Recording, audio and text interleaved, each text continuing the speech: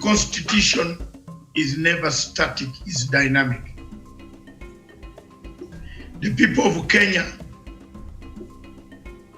agreed in 2010 that the constitution has 20% of things that need to be corrected. Correct. When Kibaki and Raila Amolo Odinga worked their way at midnight of that day in 2010 to pass this constitution, they knew there were faults and fault lines. Time has come that the fault lines within the constitutional framework of the Republic of Kenya are redefined, remolded, expanded, whatever word you want, remove some, added some, what you want to make for the present situation and the generation. It is a pity that at this moment, the entire BBI process has turned itself into a reparational process which could derail the main reason as to why BBI was put in there in the first place. How do you determine what can come for a school when another school within the location has no desks, but is within the same location? Do you put more desks in this school, or do you give that school without desks more money and give this school more textbooks? For any person who has done economics, planning, will agree that you don't plan based on hyper-politics. You plan based on data. And what is data? What is it that you call data? Data is the number of people who died, the number of people who are born, the number of people who are unemployed, the number of people of census. Good morning, viewers. Welcome to Punchline Africa Television, broadcasting from several locations. From the political command center of Punchline Africa Television, miles away from the headquarters in Nairobi. Good morning. Good morning, all of you. Good morning, Miriam, in the headquarters of Punchline Africa Television in Nairobi. Good morning, Miriam Ogut. Very good morning to you, and a very good morning to our viewers. Good morning. When you hear the cock making noise, it means we have gone rural. We have community television, and the community television always brings in lots of surprises. One of the surprises that it has brought today is a community leader from Northeastern. That community leader is from Northeastern. Musa Dido. Thank you, sir. Thank you. Morning, Daktari. Thank you very much. On the panel today, before I introduce the topic, is Professor Gerard Onyani. Good morning. Good morning, Dr. Masanga and my fellow panelists and our viewers. Morning, morning, Daktari. Also on the panel, we have Alomba from Kisumu, where the chicken is making noise. He's in the farm. The man is on the farm.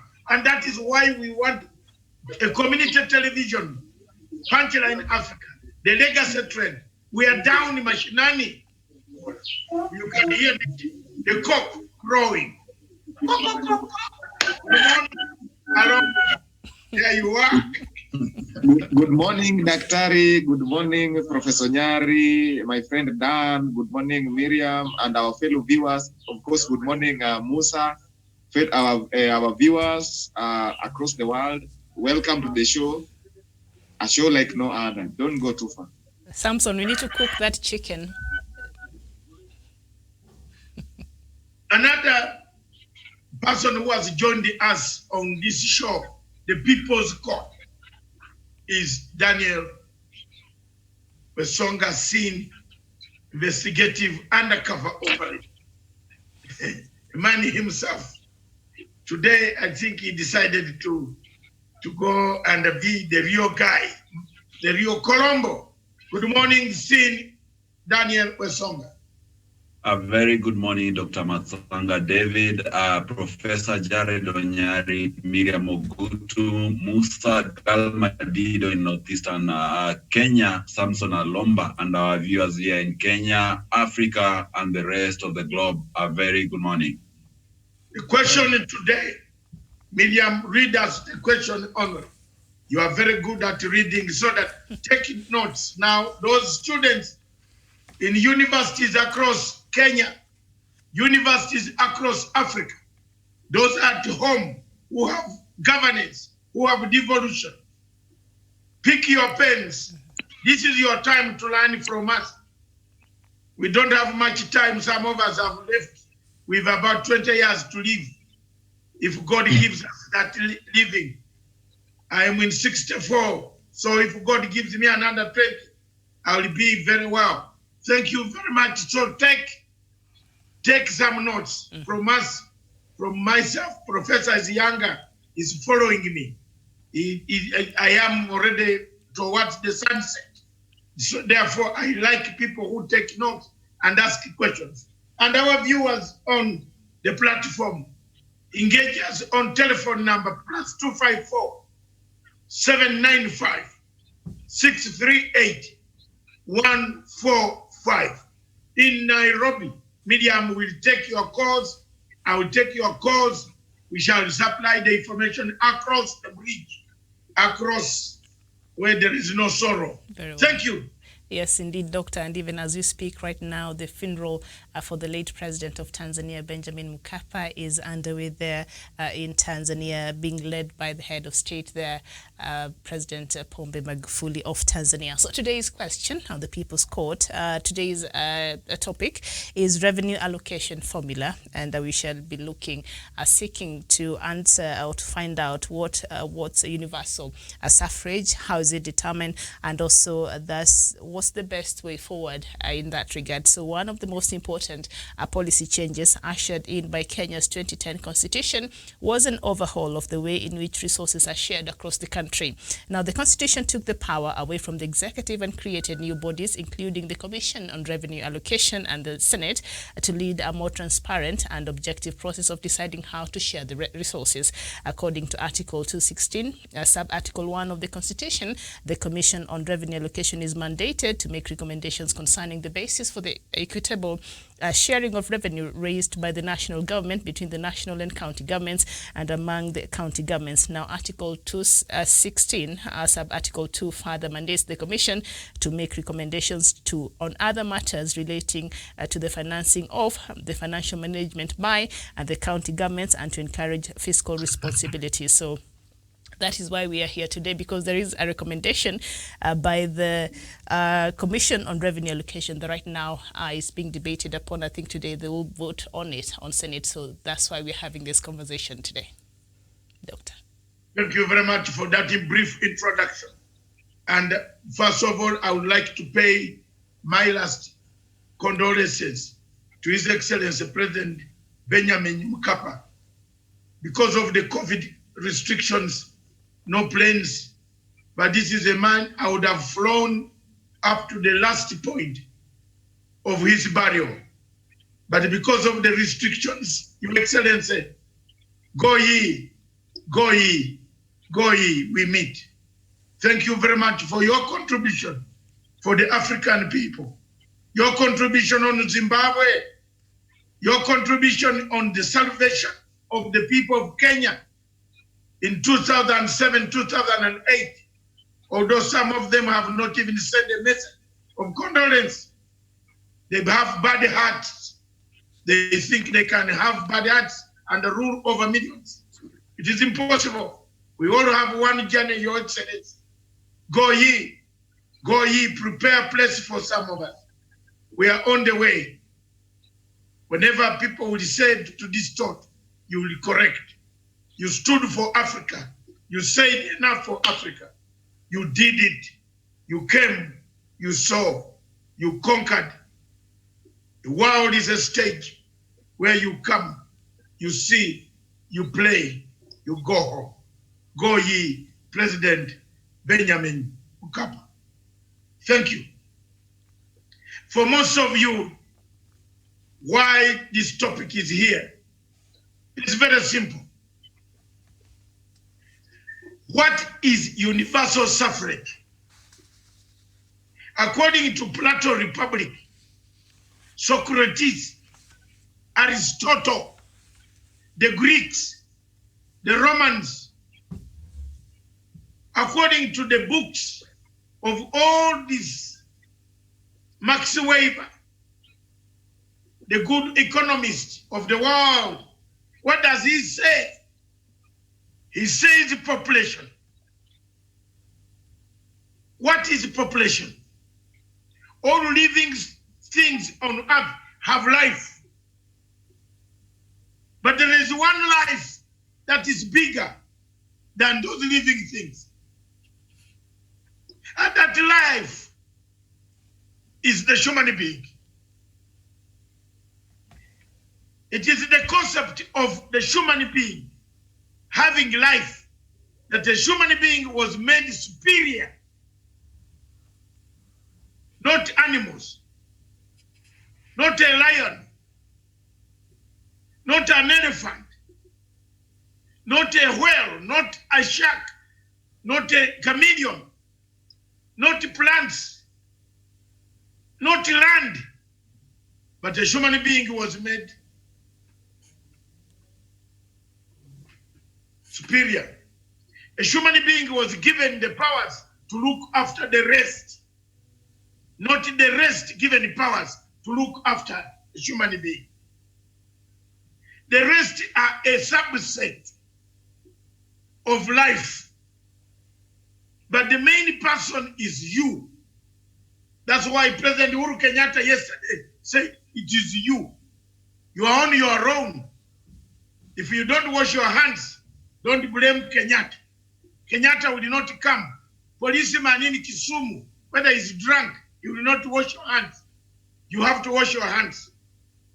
I'm making this case so that the people understand what political universal suffrage is.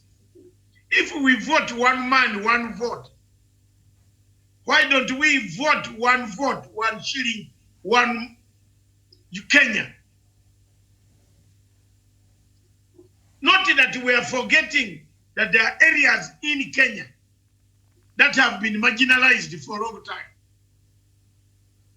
But for you to play compensational politics, and I repeat, for any senator to play compensational politics, because my father did not have shoes, because my father bought me shoes at Onyango's shop. I'm now coming to the real core subject. Because I teach people and they pass high with first class degrees, not local degrees. Yes.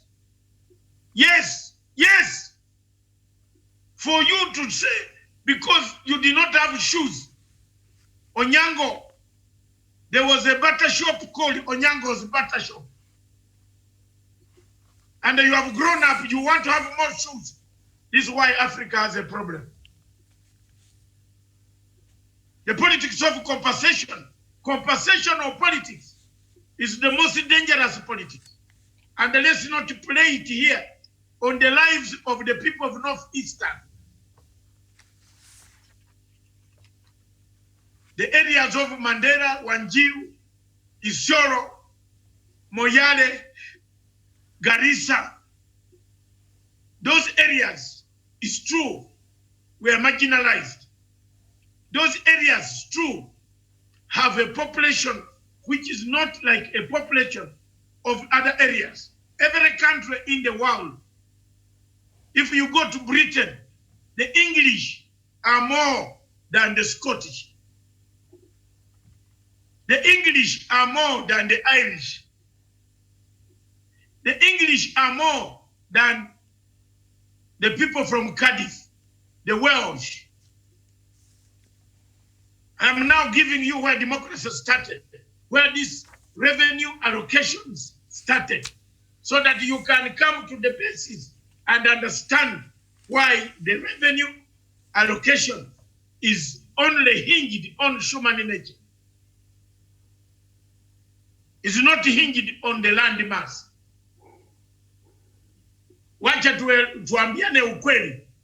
Wewe kama unataka kufanya siasa ile ya compensation because you had jiggers and others grew up in a place where there were no jiggers. Don't bring it here now. Don't bring the jigger problem here because you had no shoes and you have found yourself at the table of people who grew up wearing shoes. Don't bring it usutulete. Don't bring it to Kenya to divide the Kenyans. Devolution was created to help everybody equitably. I want the words as I summarize. The words equity.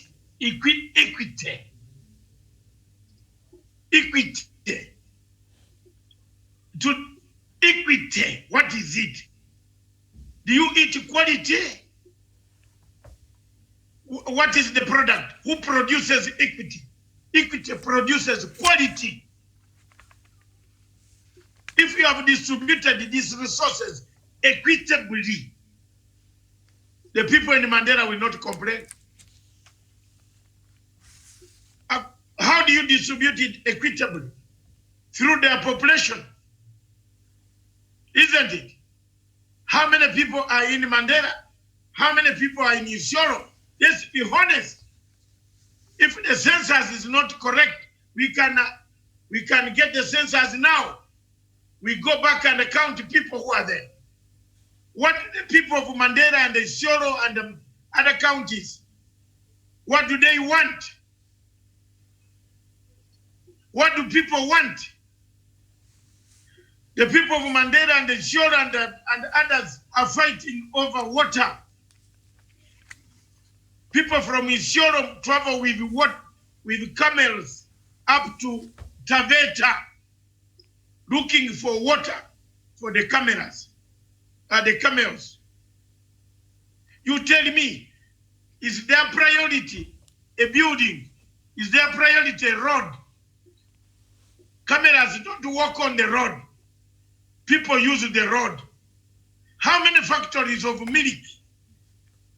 How many milk factories have we got in Northeastern that milk can be produced? Camel milk can be produced, exported from that airport in Wanjiru. How many people? Musa Abdi Haji is here. Will you tell me whether he uses that airport in Wanjiru? How many times do you fly there? You prefer driving your car from here? Why don't you wave to everybody on the way, Meru, up to where? Musa, you not tell me that you fly. There is a flight at this place, Wilson, but the flight goes empty. Do you use the airport to airlift goods and sell and come back? How many people are putting factories around the airport so that they can manufacture goods? Good Jews from Northeastern to deliver it to Kenya, like we did in Karamoja. Uganda today can be proud. Karamoja is producing tomatoes, cabbage. They used to kill us with their arrows. Today there is nothing like that. So if you have chosen one man, one vote, one man, also accept one man, 1 shilling. And I'm glad that the president and Raila Odinga listened to some of our sentiments. They have come up with a formula that will not divide this country. The people who are seeking politics of compensation are the same people in Tanga group. Yet this is going to help. You see where you are caught. You see where you are caught. Where you are caught. You see where you are caught. If you're a liar, you are caught very easily. A few weeks ago, a few months ago, Dr. William Ruto told us that he loves the people of Mount Kenya so well. Now, are these the people you deny? And your own people, the Rift Valley will take the biggest chunk of development. Mandago cannot do anything because he has very little money. And yet you have Samburu governor, Lolokol, or what is his name? I hated his name, you know, because he's a thief. He's called Lenol Kulal. Lenol Kulal, thief. Mr. Thief, Lolokol. Don't call him, he's called what? He's not what? The man has too much money. And Musa, because of too much money in the bank, he still needs to build a house in Karen. Because you gave him free money.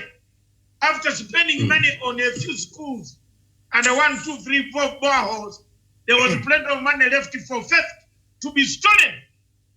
Free money. But if you give a shilling to a shilling, he will not steal any shilling.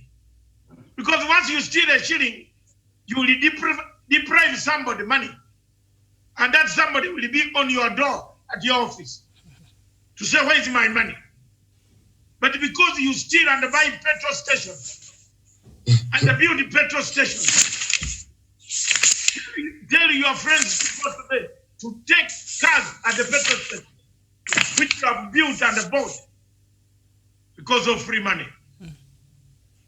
Believe me or not, apart from your governor, the rest of the governors from those regions have been in and out of court. Even mine is out. He has been in and out of court. Exactly. Because of money, huge money, that is misappropriated. Therefore, I rest my case by saying, yes, we are not discriminating anybody, but equity is the product, can produce quality. Equitable distribution can produce quality. That's my take. All right, Doctor. Thank you so much there.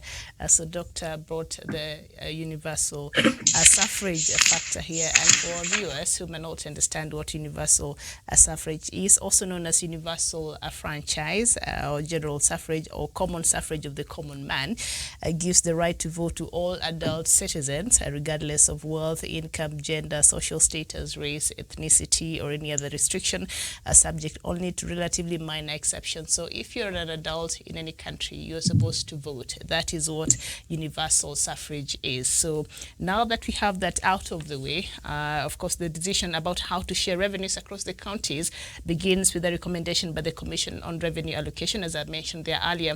This is forwarded to the Parliament, which makes the final determination. The parliamentary process begins in the Senate, which can accept or amend the CRA proposal. Once they have approved it, it moves to the National Assembly, which can only amend it with a supermajority. If they do amend it, it must go back to the Senate for review or mediation. Now, taking all this together, the Senate is the principal decision maker.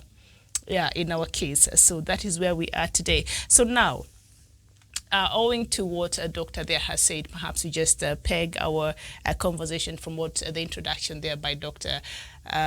Do we go to our correspondent there from Northeastern, Musa? Good morning. What do you have to say to what Doctor has said this morning? Thank you so much, Miriam. First of all, I'm grateful again, for Dr. to have me on board. First of all, to tackle the issue as it is, and to get the historical facts very correct, marginalization ended in 2013. Marginalization and underdevelopment from northeastern part of Kenya, Isiolo, Wajir, Mandera, Garissa, and Wajir, it ended in 2013 after devolution came in.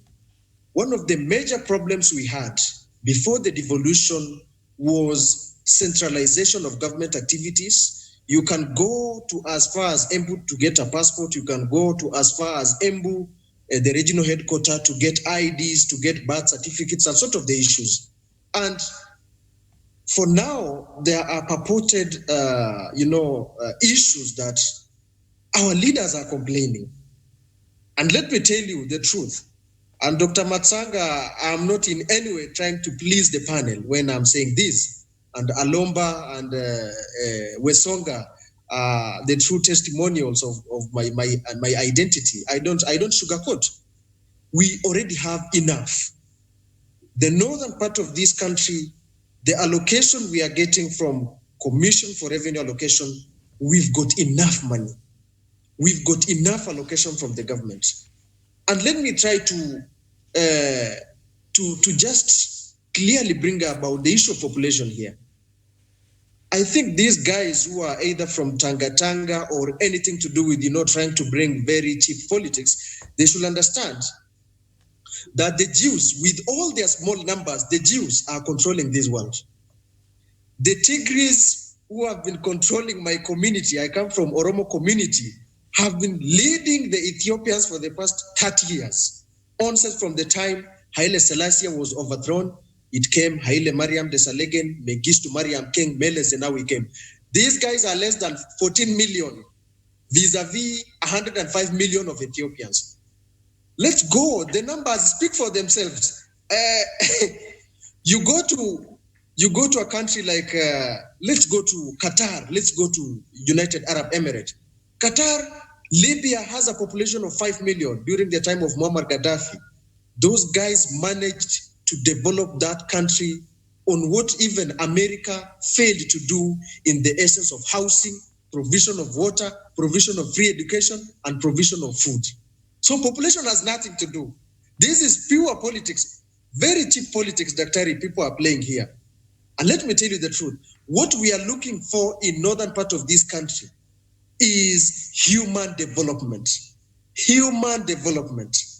You can be 5 million in the world, but you can all be educated like the Jews. You can be 500,000 in the world, but you can have an access to food, water, and shelter. What our leaders have failed to do. Look, even with the issues of CDF, the government is allocating 116 million to my constituency every year. And yet, we are still addressing the issue of poor roads. We are still addressing the issue of poor water. We are still addressing the issue of lack of quality education. Coming to the issues of county government,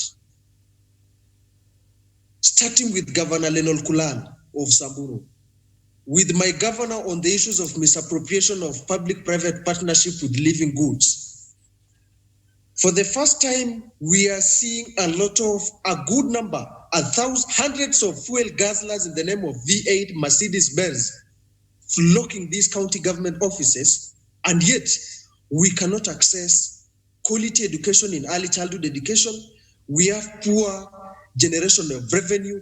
How can you complain that the government is not giving you enough while you are not generating enough from your own side? So even my governor, let me tell you, there is no way a child who is going to school can complain that they have a poor performance in school when the parent is giving them a good rubber, a good mathematical set, a good textbook, a good car even to take them to school. We all have that. Northern Kenya, let me tell you, we've produced one of the best people and elites in this country. Dr. Bonaya Godana, the Foreign Affairs Minister, even currently, the candidate for World Trade Organization office, Madam Amina Mohammed, has an identity from this place. We have the former majority leader, Mr. Honorable Eden Duale. We've produced elites in this country. So if someone will come and say, and purport to use the nemesis of population to try to demean others, then that one cannot apply. Because when I see Daktari, I've lived in Kisumu for the past 4 years. Actually, this is what I can tell you. Isiolo County, we've got more even good roads than Kisumu because we have Great North roads. We've got good town planning more than Kisumu. We've got good accessibility to water because our neighbors, Meru, we got water from Meru. So if someone will come and say that northern eastern part of this country is marginalized, then I should challenge any person to come with figures. The only challenges we're having in northern Kenya is the issue of security, is the issue of Al-Shabaab, people being recruited to join these foreign, militia groups. We're having issues of climate change. That is an issue which is affecting us. We're having issues of, illiteracy levels is a bit still low. And to make it more better, the government has done a lot. And we don't need allocation of much money because tourism. Isiolo County, we have 3 major national reserves. We have Buffalo Springs National Reserve. We have Bisanadi National Reserve, which is the largest national reserve in Kenya with 810 square kilometers of part. And even the government has gone to a level of allocating the Lapset Corridor project, which will make Isiolo Town a resort city. Daktari, I'm purely a socialist. I'm a good follower of Mwalimu Nyerere. This is enough. We have enough. And if someone will come in the, nemesis of trying to say, Marsabit is going to lose 1.9 billion, Isiolo is going to lose 894 million. Daktari, and to all the panels, let me tell you the truth. We've not seen the true fruits of devolution, not because of the national government, but because of our leaders. We've been seeing them purchasing fuel guzzlers. We've seen them purchasing high-end homes in Nanyuki, in Turkana. Go to Turkana and you will be told a very famous hotel called Marble Hotel, which the governor, Josephat Nanok, has an interest in it. These guys, instead of developing the key issues we need like pastoralism, the key issues we need like allocation of tourism funds, they've decided to enrich themselves. And finally, Daktari, we have many offices in Northern Kenya. NGOs are complementing the work of the government big time here. We have Mercy Corps, we have World Vision, we have United Nations Emergency Fund on UNICEF and WFP. So if someone will come and tell me, Northern Kenya, it is marginalized, I'm telling you, Daktari, if I'm marginalized, then I could not have called you now because I'm using 4G. I could not have accessed such a high-end speed of internet if I'm marginalized. Very well. Daktari, I can sit anywhere. Yesterday, I was live streaming President Uhuru Kenyatta's speech using my phone. So these leaders are pure capitalists. We already have enough. We are living in our means. You already understand Kushites are good at helping one another. We've already have enough. If you give a Kushite a good borehole, if you give a Kushite a good kettle dip, if you give a Kushite a good livestock market, give a Kushite a good airport, because we contribute to 27% of meat production in this country. Give me Isiolo International Airport, which already President Kibaki has gave us. Give me, upgrade for me Wajir International Airport. Then I would have enough to transport meat to the rest of the country. All right. I rest my case by saying that the issue of, allocation of money, people have been misleading. These leaders, starting with my women representative, Honorable Rema Jaldesa or Honorable Junet Mohammed, Eden Duale, those all leaders, I would like to see to your face. Look at the ratio of development expenditure and the recurrent expenditure of these counties. The development expenditure for Isiolo County government is 35, while the recurrent expenditure is 65, not because of the national government pressure, but because the county government decided to employ people based on favorism, to employ people based on corruption, to employ people by using the more resources they have looted already on these public coffers. So I would like to say objectively to this panel that tumetosheka na yale ambayo serikali kuu imetugawia. We don't need much, we don't need less. For the first time, Daktari, in Isiolo County, I'm able to see a lift, not because of something like a lift which someone can use to go up in the building and even, accessibilities of some secondary needs. You cannot do that by allocating more money to me. And if some people have an interest to this, if some leaders have interest to loot more, then I would like to pass a message to President Uhuru Kenyatta. They have looted more, and if you will allocate them even more, we are going to see more looting and more corruption. And I will say that, Terry, maybe Ethics and Anti-Corruption Commission and DCI could not be able to come to Isiolo and other parts of this country because of vastness of the region and remote accessibility. What the government can do for us and what the government have already implemented, Dr. Matsanga, you should be aware of this. There is an initiative called Northern Eastern Development Initiative, NEDI, which has been funded by World Bank. They are going to start the tarmacking of Isiolo, Madogashe, Sericho, Mandera, Wajir road as early as 2020. Give me that tarmac road and I will not need more. And let me tell you, having a sparse population has never been an indicator of marginalization, has never been an indicator of poor development. Go to United States of America, go to a state of Alaska, go to the state of Arizona. These guys are sparsely populated, but they have one of the highest GDPs in that country. Go to Tel Aviv, go to Jerusalem, and even live along those countries. Go to Qatar, Doha. These people are, the population is not a matter to them, even in the GCC Council. And even when you go to the Balkan nations of, Europe, the Balkan nations of Yugoslavia, the Serbians, the Croatians, they are not complaining of anything to do with, misallocation of resources from the NATO or European Union. So I would like to rest my case. We've got enough.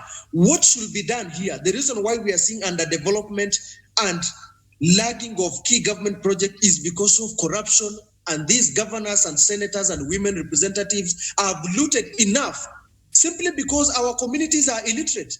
My dad and my mom cannot read a bank account. My uncle cannot read anything to do with balancing of accounts. So they loot. So this is not for the first time, they have proven to be so good now that they are going to the government, give us more. I would like to tell Mr. Uhuru Kenyatta, don't give them. You've given us already enough, and this will ensure that the sustainable development of this region has been pushed forward. Thank you so much, Dr. Thank you so much. Thank you very much. Yes, Professor Musa Gaima Dido there has brought up a lot of issues. I don't know which one has stood out for you and which one will you pick on, responding to what he said. I have not heard him address the new reallocation, which is going to remove more money from each county to be given to another county. He has addressed, Professor, he has addressed and said, we already have money. Yes, but very okay. He has said we already have money. It has been misused. The key word here, Professor, listen to us.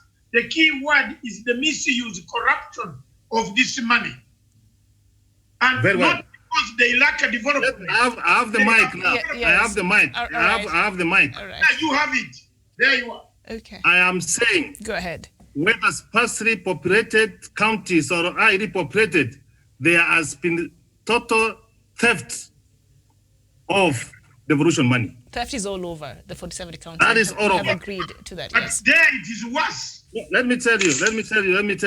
I'm going on. I'm on my case. When money is being stolen, you don't say that don't give them more. We have to fight corruption so that we tighten so they don't steal. Miriam, I don't want to mourn more than the bereaved. If Musa has told us that is the situation in Northeastern, But he has rightly said that they need water, they need roads, they need schools so that the richest level can be provided. Remember what he has said, that marginalization ended in 2013, meaning from independence up to 2013, they were marginalized. That's why we have got the equalization fund to make them be at par with the rest of Kenyans. When we talk about revenue reallocation, Miriam, there are so many indicators. We look at health, we look at agriculture, we look at the basic share, we look at land mass, we look at poverty, we look at urban house and public sources, and where we seem to have a problem is on population, which was overlooked with the area commission. And let me tell you this one, the current revenue reallocation, why I support it. Although Dr. Masanga thinks that I am against it. I'm one man who believes in social justice. If a mistake has been done, you correct it. The new revenue allocation, there has been public participation. People of Northeastern have given their views, Kenyans have given their views. So there is nobody who has got mandate to pass that revenue allocation apart from the Senate. But what is the Senate they're trying to do now? They want to play politics. And that's why I'm very happy with the Prime Minister. You know, the Prime Minister is always, is a man who is beyond the rest of the issue. Most of the counties which do support him are going to lose the revenue. But what he has said, let us go on one man, one vote. But with equalization fund, the money which now they are going to lose will be catered on equalization fund so that they will catch up. Then we are all of us win and win. We have got not a corridor ministry on that. More money should be channeled that one. I have heard Musa saying that World Bank is going to do roads. Let me tell you, some of those counties which we seem to be backward or which have not developed, at one point, let me tell you, if we give Northeastern water, we give them roads, we give them schools, they will feed the rest of Kenya, the Kenya which is now supporting them. So my submission here is, let us fight corruption. That's where we are losing money. All right, very well. Thank you so much, Daniel. Sure. Yes, thank you. And we'll come to you in a short while, Musa, but Daniel, can you respond to all these I think Musa has put it quite clearly and giving their statistic to support his argument. And even in the Bible, they say that to whom much is given, much is expected. So we do not mean that we shall neglect the less developed parts of our country when we talk about 1 man, 1 shilling formula, because I believe right now I'm in Nairobi, but my home county is in Busia. So in Nairobi, when they are counting people where money is needed to do development, I'm also counted. So it just means that as a voter, you have justice as a person at an individual level, so that the devolution money can reach you wherever you are counted. So I don't see any malice in this kind of arrangement when you talk about 1 man, 1 shilling. And to address the issue of the northeastern part of the country, Turkana and Samburu, we've had a situation where these counties have been given money, but accounting for that money and also being able to channel it into the right projects, developmental projects, has been a problem. So, Professor, you understand that when you are feeding a child, you don't just put the entire, let's call it an entire plate of food into the kid's mouth. You have to take it bit by bit, whichever portion that they're able to take in comfortably. And that is what we are talking about. Let these counties be given money, but only an amount of money that is equal to their needs at that moment. Not just allocating billions and billions. That creates an incentive for corruption, impunity, and misuse of public funds. So, Miriam, with from where I sit, I think it's only noble that we adopt this kind of revenue allocation, where funds will be allocated to counties according to their numbers, according to their needs, and not because we are equal and we need equal amounts of money. And I think that has been brought out clearly by Musa, and he's a man on the ground. He knows whatever is happening, whatever corruption scandals that have been going there in those kind of in those parts of the country, and that is the reality of the matter. I think that is my stand on that. All right, thank you so much, our correspondent from Kisumu there, Samson. You've been listening. What's your take on that? Thank you, Miriam, for the chance. I want to say that the three gentlemen that have spoken have really spoken my mind. But then I said here someday, the question about revenue allocation has two components: the economic component and the political component. The economic component is where we invite the services of the experts, the technocrats. These are people who are mandated to conduct, how do we call it, civic public participation. I don't want to say that these guys never did a due diligence. They were all their decisions were informed by the data. By the way, we never do statistics for the sake of it. They inform the decision on revenue allocation. So even at that time, when these guys were doing their professional work, no, we never raised an issue. There was no issue that was raised by anybody. But now that the issue has been taken to the Senate, it is we are now seeing politics and tension simmering up. Tension all over, simmering, because Kenyans have a culture of refusing to isolate politics from key national issues. Musa said very well back then that as a resident of Northeastern, they get enough resources, but then how do they use the resources?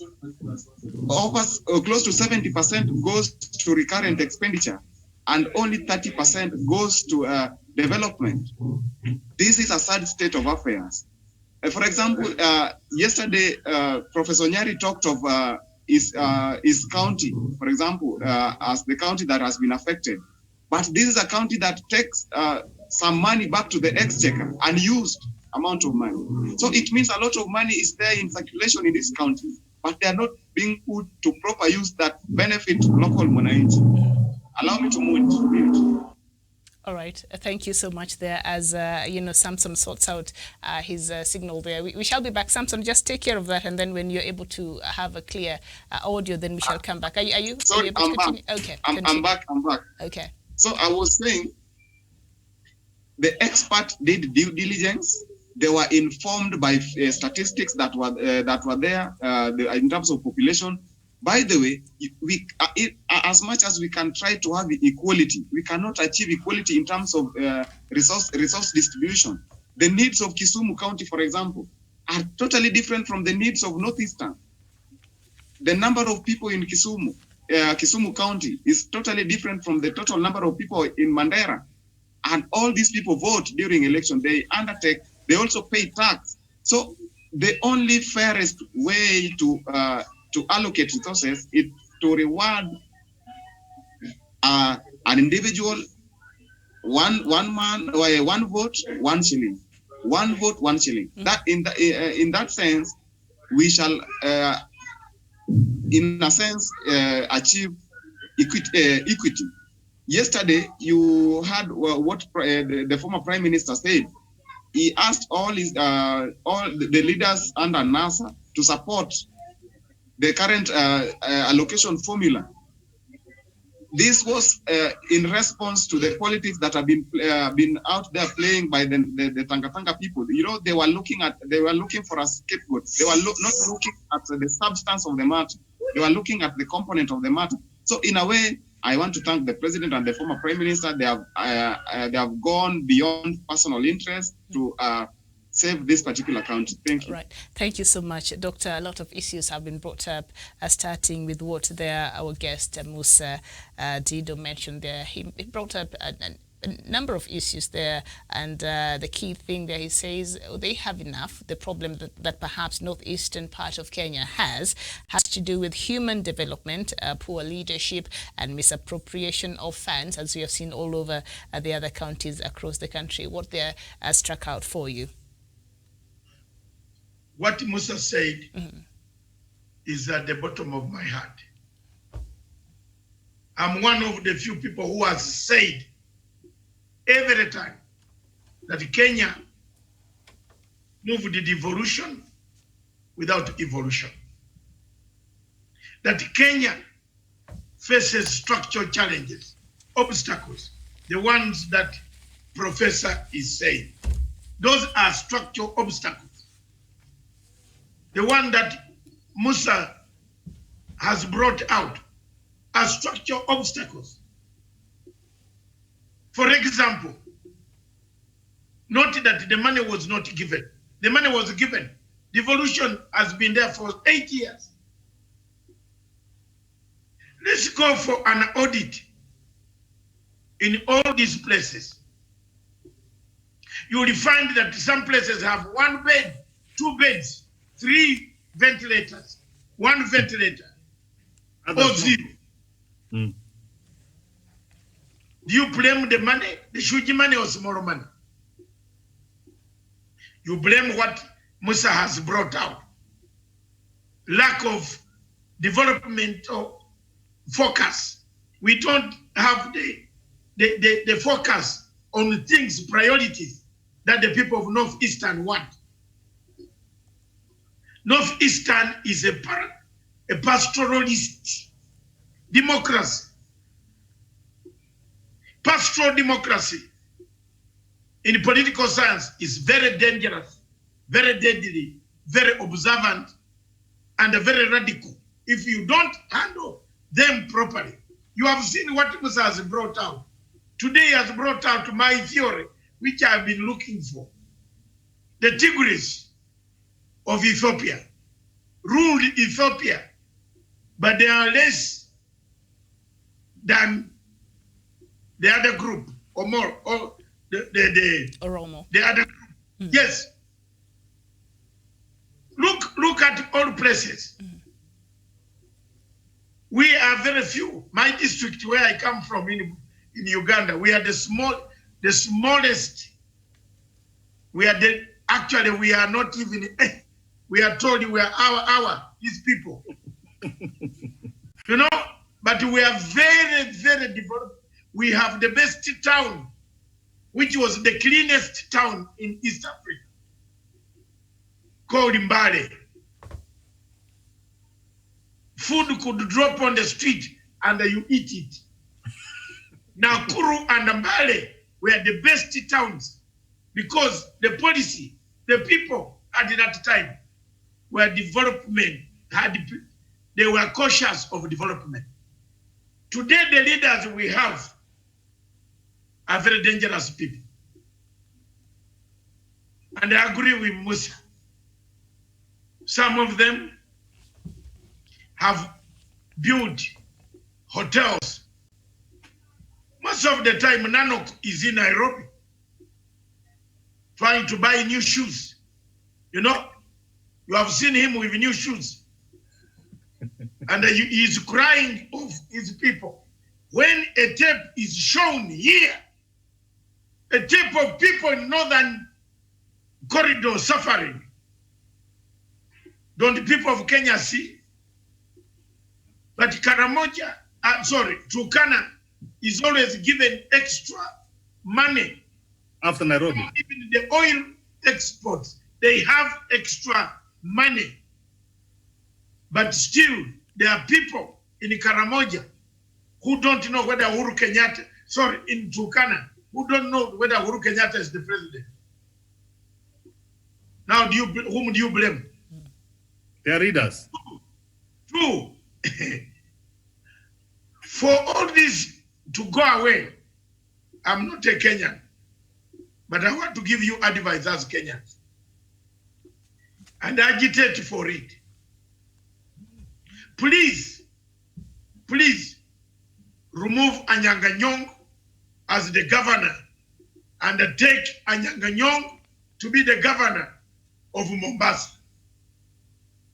Remove Joho from Mombasa and take him to be the governor of Turkana. You will see how development will move. It will be the best development. Remove Sonko from Nairobi and throw Sonko to Moyale as a governor of Moyale County or Laikipia. Ex-official. You can elect, and let me advise you, in 2012, Musa has been following me and has seen Wesonga and my brother Alomba. You have been following me. What did I say on JKA? What did I say in KTN, Morning Express? I said by 2020, the governors will become warlords. Political warlords. Hasn't it happened now? Yes. Because you have given them a lot of money. When the governor Allocate, what is this guy? I can't pronounce that name. Lenonkulal. When he arrives in Masabit town, the town has an earthquake. Yes, the convoy that takes him, the type of people who hang around him. Have you seen these governors when they come to the hotel? Have you gone to Radisson Blue? When they are coming, Bwana, you might think the president has just arrived. The people who jump out of the cars, going ahead to open the door for the governor, as if the hotel attendants are not there. My God, it is real. It is happening. We have created a monster of tribalism. If President Uhuru Kenyatta is listening, and Raila Amolo Odinga, they are listening, to chew the question of, tribalism in Kenya is like a COVID-19. More than COVID. Yes. More than COVID, Daktari. More than COVID. Yes. Worse. Let me say it. Yes. Tribalism here is more than what is making the senators fight is not the money, it's tribalism. It's politics over compensation. Someone has injected the politics, which Musa, the new generation of Northeastern, does not like to hear. You have heard what Musa has said. He's not interested in you telling him. He's marginalized. What? From 2013, marginalization stopped. Tell Musa what factory you have built.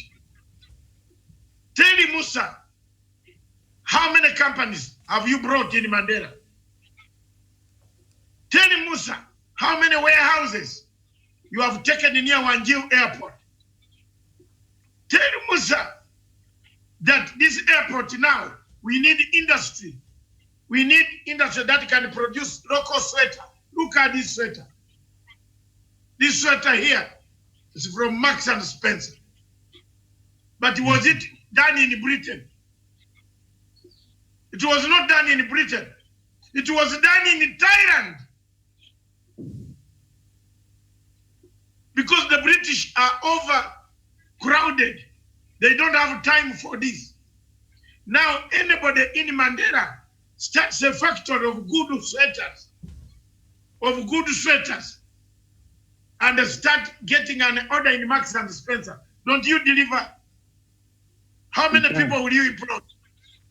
How many people, Professor Onyali, how many people shall we employ if we focus on development other than focusing on politics, on tribal sentiments, Machiavellian politics? Someone is afraid of BBI. And that someone, you know him.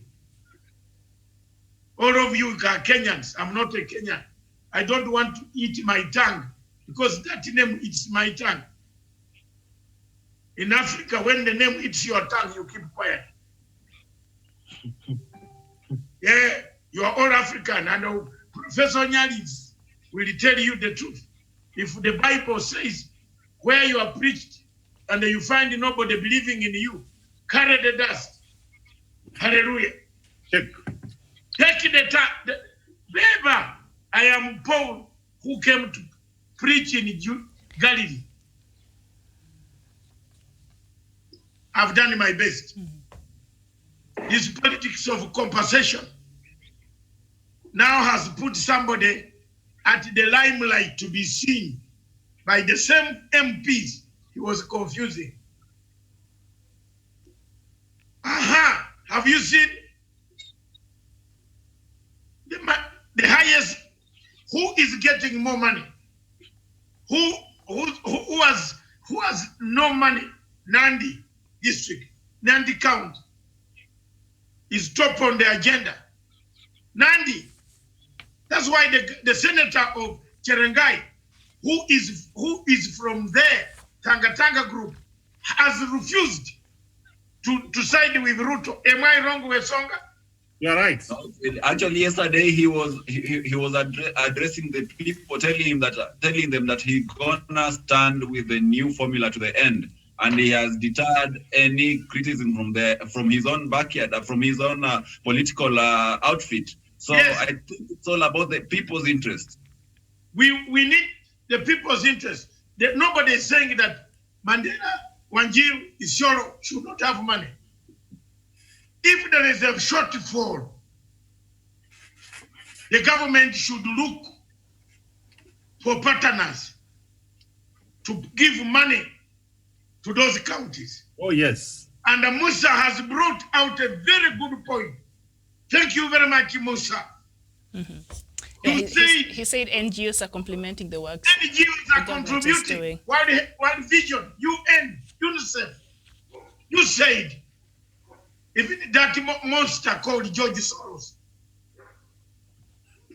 there's a world monster that I look for all the time, called George Soros, who pains my heart, who's putting Zimbabwe on the knife cliffhanger. George Soros is also in Northeastern. That's okay. He's more in Djibouti and Mogadishu now.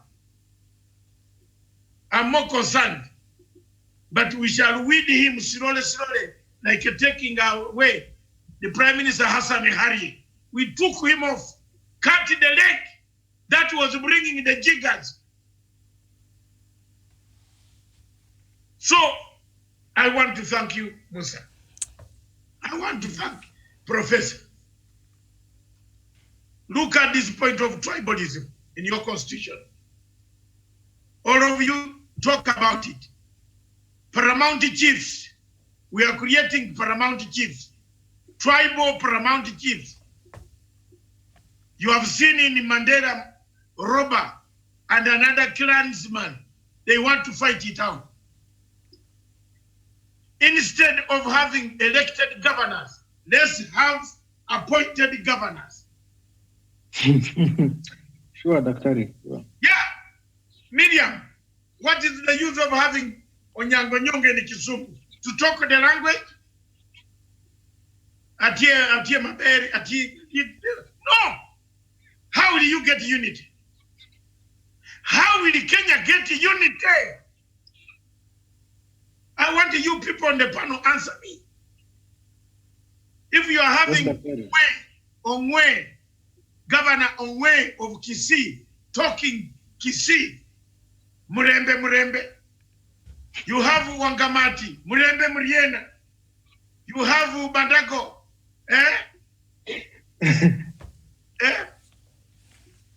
talking Kalenjin, you have Waitit, the Governor Nyoro, Aterere, Murikaze, Murikutia, all these things. Where will you end? Where will you get your unity? You have Waparanya saying Murie, Kuriena bandu bese. Let's eat now. This is the time ya kukula. You have Sophie Ojamong. Biaibo. Ejokuna. Haname. Akironyo. Then the people from Funyura are saying, this guy is greeting us in Ates. You are creating tribalism. Sure, Dr. Sure. Go to Muranga. You have the Mwangi Wairia, Kameno, and the Makuyu. The people who read the river between of Gugi Wafyango, of Nyambura, Muzoni, Waiyake, of the river between. Do you know that river that separates as you are going to Nyeri? There's a big valley. That is the river between. The people on this side don't agree with those. That's why Waira has formed his own party. Because he found himself in a wrong place, but a right place, but a wrong place from Jamudek. And the father of Muranga politics. You remember him? Yes. The man, the man no nonsense. You rattle him, he comes for you. That's the group of Jamudek. They have never got a man leader from the other side. Have you seen how your devolution is watered down? Go to Transoya. How many groups do we have, tribes do we have in Transoya? Saboti. We have Luya. We have Ijesot in Saboti, in Transoya. Governor Hayemba has a very big task of balancing these tribes because some of them think he comes from Luya land. He's a Luya. So the Sabotis, the Kapondis are not very comfortable. They have destabilized devolution. You go to Bungoma, there is a division of Batiru and Babut. Batiru and Babut. The Wetangulas are from Butiru. The others are from Bubutu and Babwara and the other places. Across my place. You know those are my relatives. Yes. They came from there in 18 something, even in Mumia. In Mumias. Have you seen the politics of Kagamega? Yes. It's going to be a do or die. The Harwares view Malala as a wrong man who is coming from the Luo land, who is bringing Raila. That's the type of politics we are talking about. And that is the politics paining Kenya. So Harware comes in to say, Kagame keye fe, bindu ye. Have you seen? We have killed devolution. Sure. Go to Mombasa, the same problem. Go to Kwale, the same problem. Because you selected a native instead of selecting merit. So change the constitution for the president or to appoint a commission, a governor. The MCAs can remain because they are the parliament that make a decision. The governor can sit in this committee as an ex-official. Yeah. ex-official to look at security, to look at government, to coordinate health, agriculture, ex-official. But the MCAs can remain debating, bringing from their wards the views to the parliament with the speaker of the county. Why do you need a local paramount chief? Why do you need the king Oyo of the Oyo Empire? Why do you need Kakamutesa? Why do you need Kakunguru? Why do you need Kabalega? Jamani, why are you creating Kabalega? When this young man, Musa, does not know who Kabalega is. Development. A governor enters a town, all women are for him. Yes. I'm now telling you something. Will let us annoy these younger men. They might not marry. Some governors have taken over all beautiful women. We have nothing. Sure, Dr. Sure.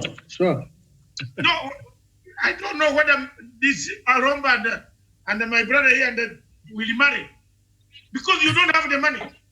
The governors are becoming warlords, political warlords. They take everything, Akiamu.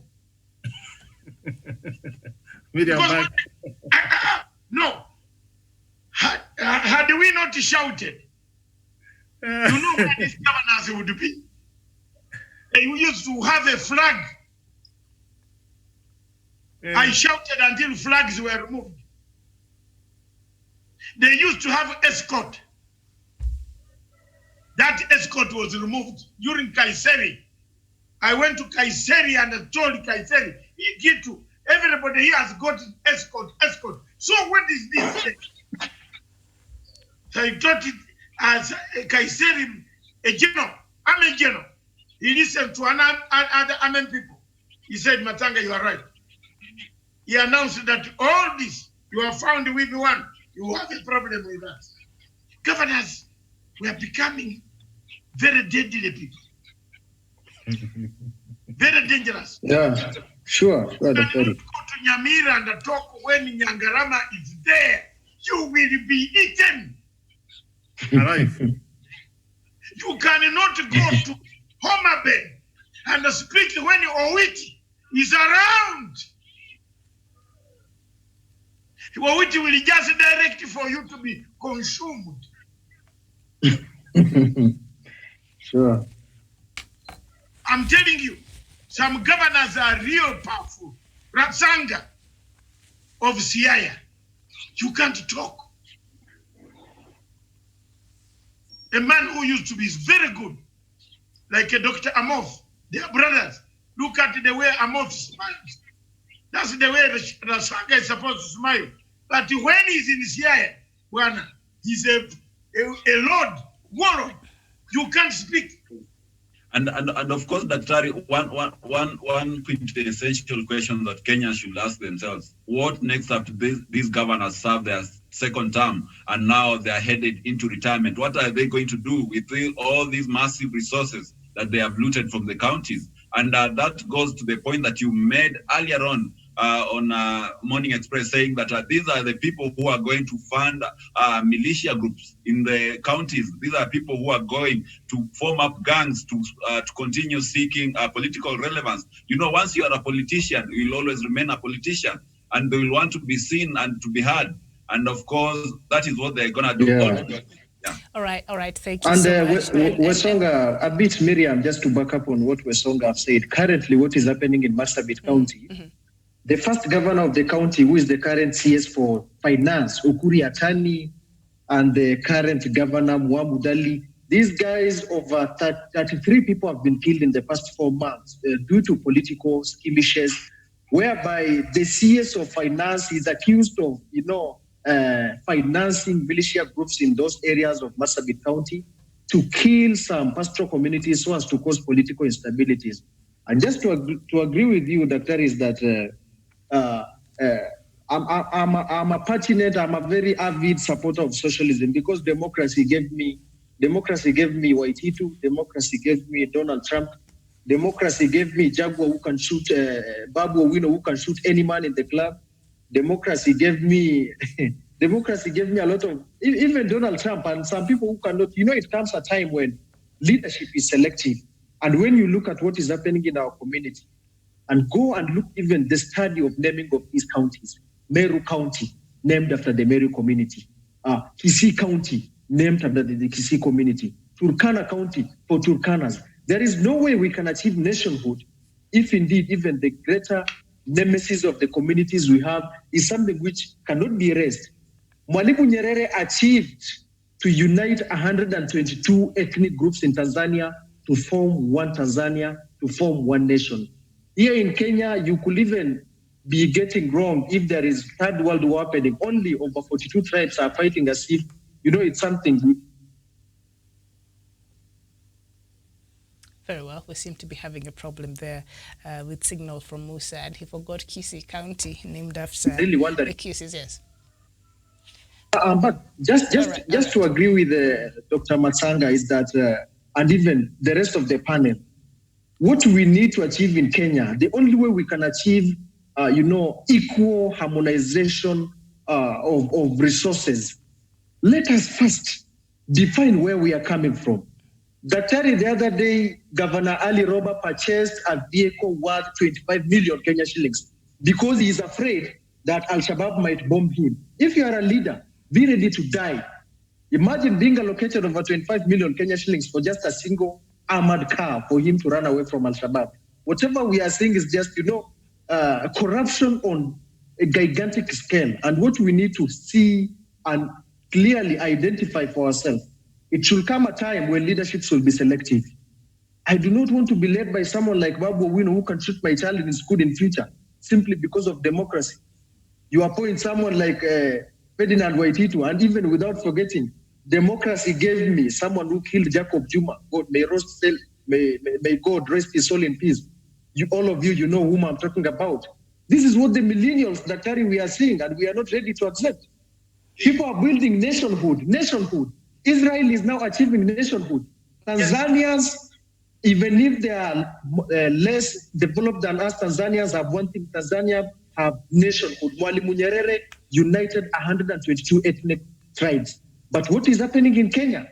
It's as if we are going the Ethiopian way of democracy, whereby a province is divided according to an ethnic group. You go to Oromia, these are where Oromias are living. You go to Sidamo region, these are whereby Sidamos are living. We are in a bomb anytime exploding, and it is not because of the national government or the President Uhuru Kenyatta. It's because of what we are seeing at the county level. The other day, Daktari, I will not mention the governor, he has added the fifth wife to his household. So someone was saying, now, where are we heading? Islam only allows you to marry 4. This guy is heading now 5, and there is a plan that is going 6. My yes. If it was, if you don't have the money, even to seduce the high-flying group, we are left with nothing. There are more people here. Miriam will not like this topic, but just coming once in a while. People are suffering. Cold is too cold. But when the governors talk, you have nothing. What women tell you, what is it? What do you have? You can't compete with a governor at the moment.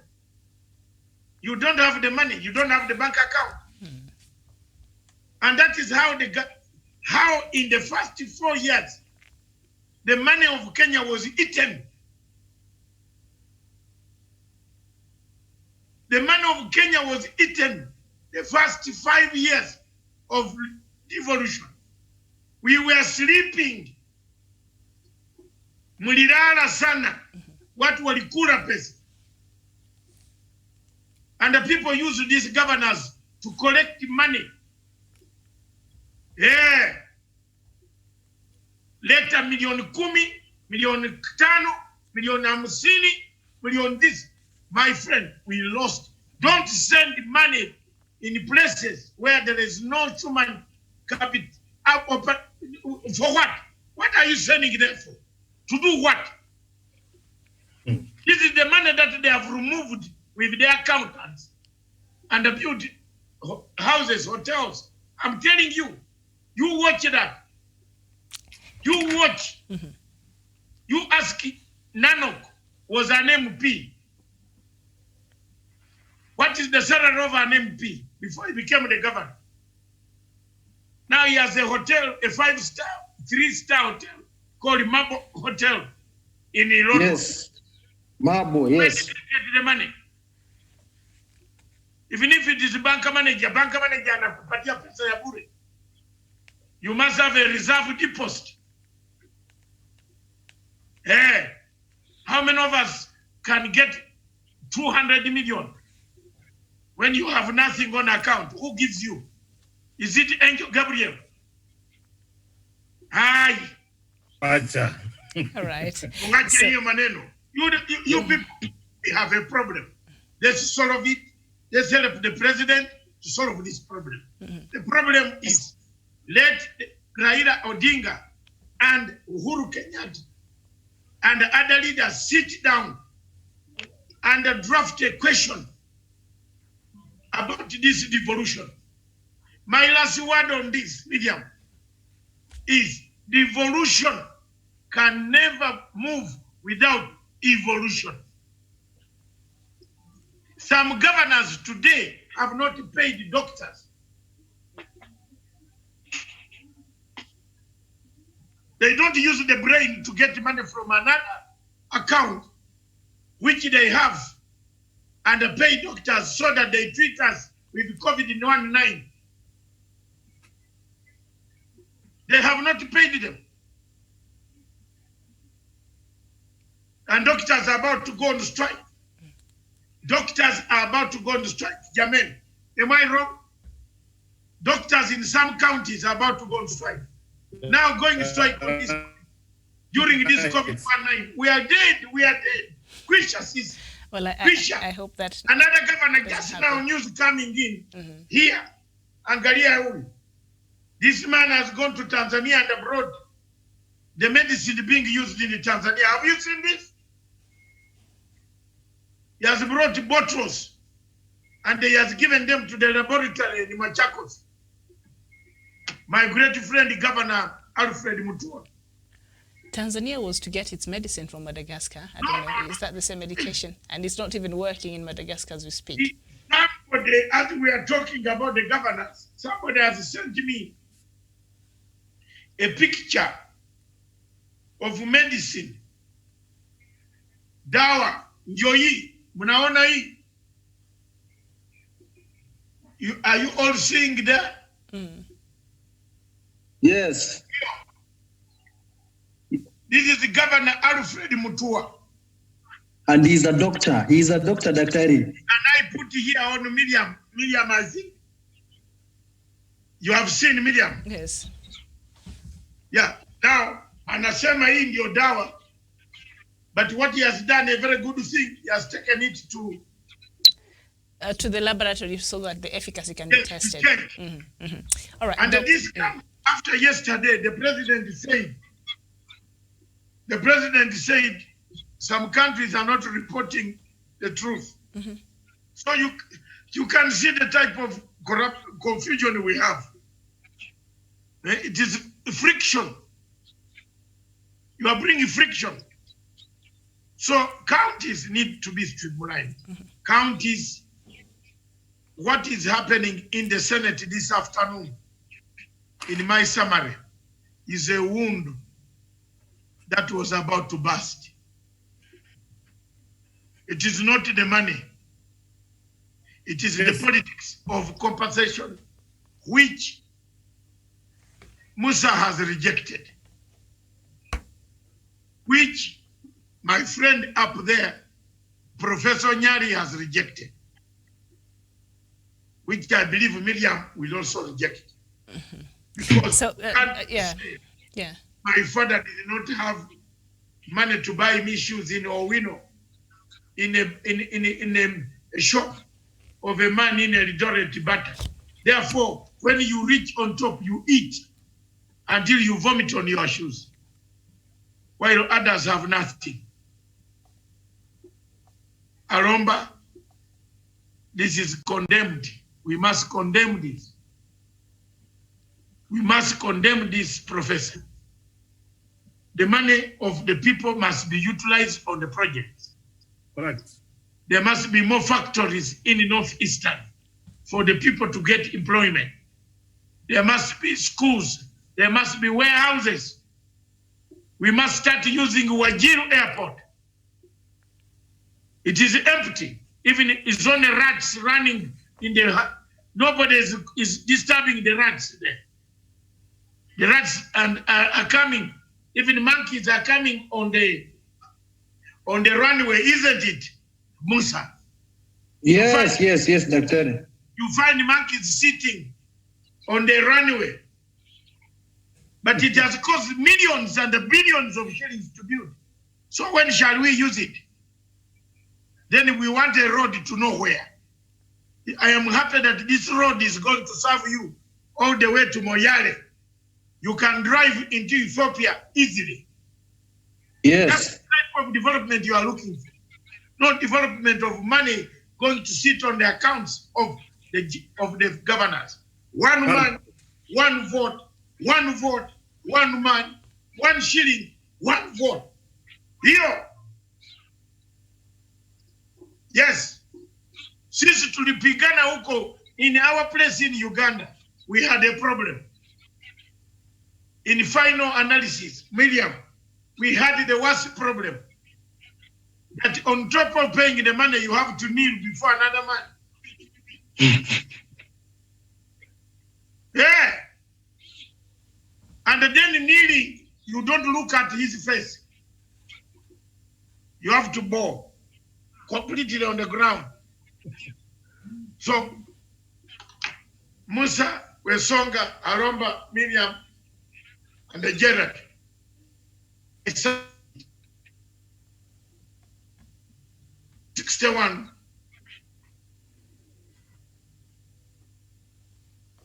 When the king, no, 1963, sorry. When the king came to our county, my mother woke me very early in the morning at 4 a.m. to roast cassava, to put in a bag, in a newspaper, I will eat there, because there will be no food available. People will be too many. And then when the king arrived in our place, the king came at 3 p.m. From 4 a.m., the king arrived at 3 p.m. King Sir Edward Mutesa. And as students, we had ironed our clothes everywhere. Khaki, the khaki of those days is not this khaki of these days, from Turkey. It was the real khaki. So my mother told us to be in the school choir. We are singing, go, wherever the new king, Uja Putulaba, wherever. Now, when they say the king is passing, it's coming, we are told to kneel and bow our heads. So Dr. Matsanga, you see here, put his head exactly on the floor, on the soil. And with the fatigue, I slept. The cars passed, I was still sleeping. You know those days, this is now coming to 5 a.m. My mother said, what is happening? Where's but now the ceremony is getting finished. My mother is asking, where's mine? Where's my boy? Where's my boy? I am sleeping. People now came and said, maybe this man has died. They came and shook me. Said, wait, one of the elders who passed away caught my hand and put me. There was a hotel, a small village hotel, where they cook mandazi chapati and a very good type of chapati. Not this chapati of GMO these days. The flour of GMO. We are slender. Let me tell you, Musa and Gerard, my mother looked, even he had to get the police. Somebody has kidnapped the son. There were no telephones to call like now. Then my mother came tracing now. My mother grows strong and remain like that. You have seen your son is talking today. He looked, she looked for me. Then what she did, you know, she gave me a slap. What were you doing? From that day, I have never liked a kingdom of, I grew up wondering why the kabaka was on my neck. I want to thank, on my brain, I want to thank Haji Musa. You want to live for another engagement. We want to thank you so much. Is he about to leave, Doctor? I had another question for him, following what some of the issues he raised there earlier. Has he left yet? No, he's no, I'm there. Yeah, I need to engage. Okay. Doctor, you give yes, him the I'm question. there. All right. Okay. So, Musa, I see that you're very well knowledgeable, which is a good thing. So thank you so much. Internationally, there are about 3 principles that usually dominate the discussions when it comes to equity, and we see different countries how they're able to allocate, revenue depending on a few factors. So internationally, there are about 3 standards which are used, and the first one is the physical need, which means that the subnational units in this aspect in our country, that is the counties that have higher costs to provide the same services to their population, should get more from the revenue sharing approach. All right. So when you consider counties like where you're coming from, over a long period of time, there has been a lot of marginalization, and you've said it ended in 2013, and there's been some underdevelopment. You cannot compare Northeastern to, say, counties like Mombasa, Kisumu. There has been, and that is the truth, some underdevelopment over time. So now, when you look at one of the things that you mentioned there earlier, which is human development, perhaps that is the sector that needs to be looked at. If you the counties there have to be in par with the rest of the country, right? So the services like, the hospitals, which is the health sector, schools, access to public services, things like that are a bit, perhaps underdeveloped compared to some other counties that are doing much far better. Do you think that these, some of the factors, if we were to develop human development there, if we were to look at that and address that need there in that part of the country, does that not require more money to address that matter of human development in terms of better hospitals, in terms of better schools, in terms of better infrastructure that will support some of this need? Would that not thank require you so more money much, allocation? Miriam. Yes. First of all, the issue of human development in our region has been an issue. Just to respond to the question you've asked on whether now the expenditure and the cost of this human development can be sustained in this region, my answer is development is gradual. And when you look at issues which are being aligned, it's all about gradual. There is nothing as suddenly as the government of Kenya building an international airport in Isiolo, while there is no human capacity of pilot, there is no human capacity of a flight attendant, there is no human capacity of someone who can man the engineering department of the airport. And then the airport, that is what Dr. Masanga said. Mm-hmm. The airport is left for monkeys and donkeys to roam about. Mm-hmm. What we've seen is the advent of white elephant in this region. Go to the current... But can you talk about the needs for perhaps better healthcare facilities, better hospitals that will actually address the need for human development? Sure. I think even to advance what you've said is that I would like to get another comparative analysis with the largest abattoir we have. The Kenya Meat Commission opened an abattoir in Isiolo. For the past 7 years, the abattoir has not been functioning. So one thing I would like to alert to the panel is that we can, it can be managed. We can use the sustainable development approach We can use the NGO's complementary approach.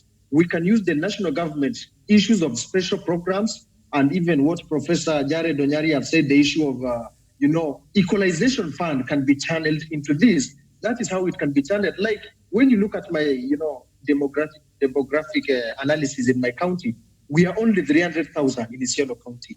So if you say maybe you're going to empower only 50,000 for the greater 300,000, it's something which can be managed. Already, what we've occasioned and seen, the national government and the Ministry of Roads and Transport have opened regional Upper Eastern headquarters in Isiolo for Kenya National Highway Authority.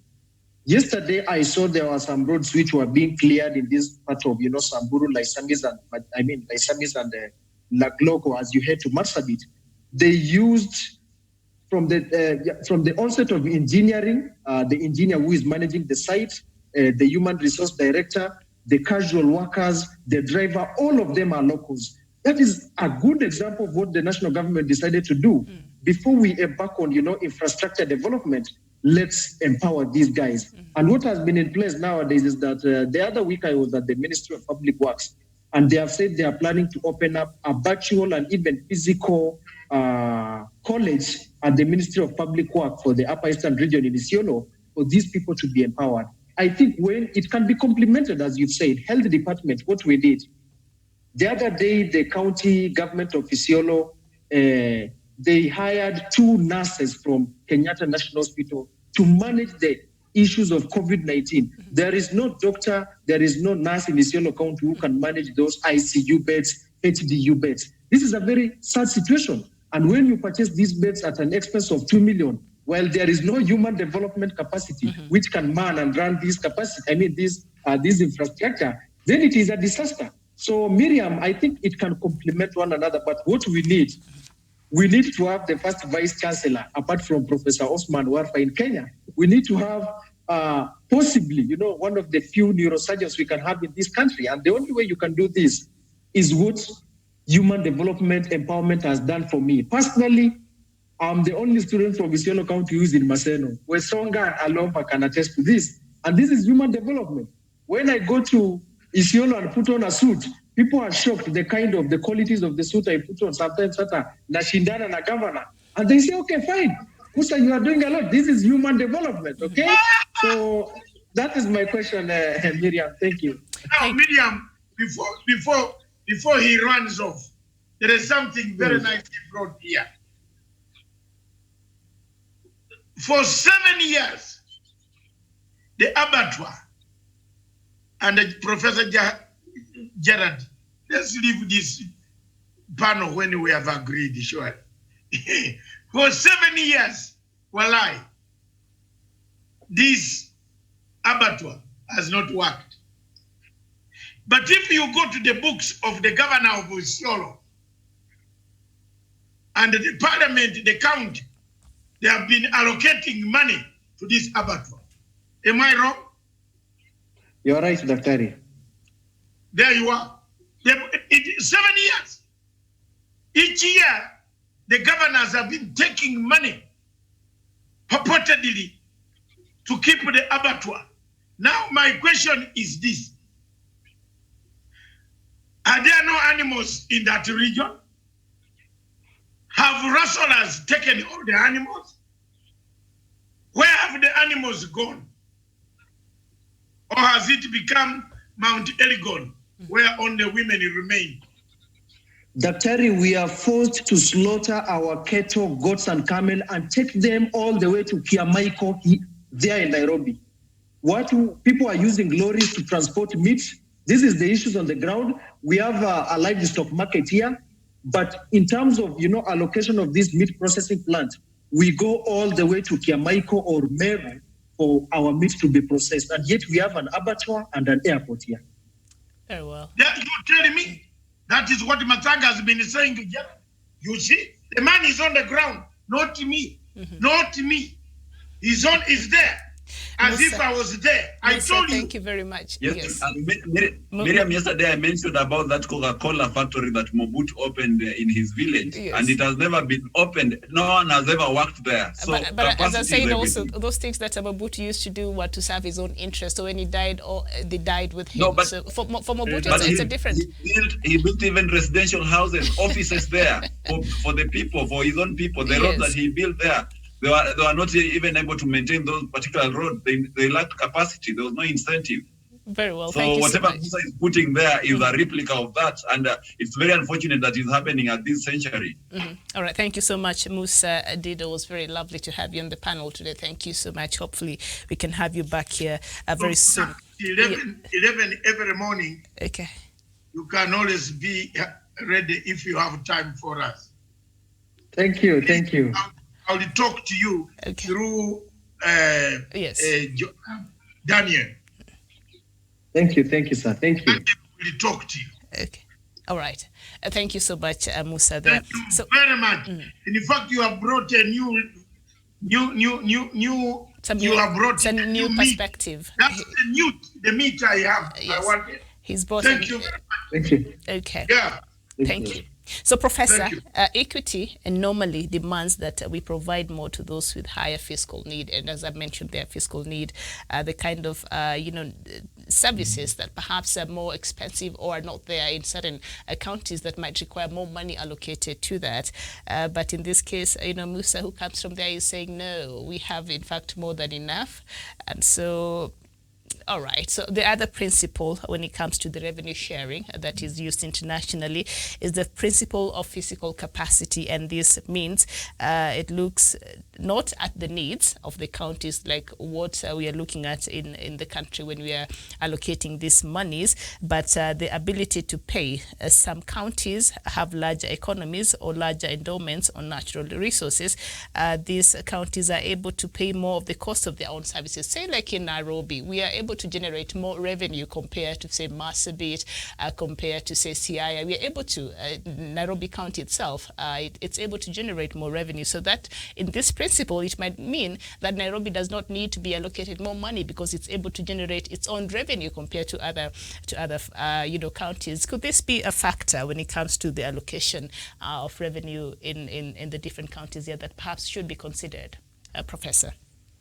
Yes, Miriam, Kenya is a unitary state. We collect all the resources and we put in one basket. And then we start allocating to various places. And that's now where we are having a problem.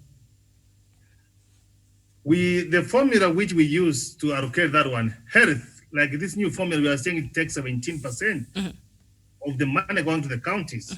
Agriculture 10%, population 18%, Pesky share 20%, landmass 8%, poverty 14%, urban house 5%, and the public resource 2%. So, and this is where the governors are able to steal money, to siphon money, because they are not able to declare all the money which they collect through the sales, through other issues. And even if I use the case study of Turkana with the oil, they thought with the oil, you saw them asking that they want to get an ATM so that they go to the bank and get money.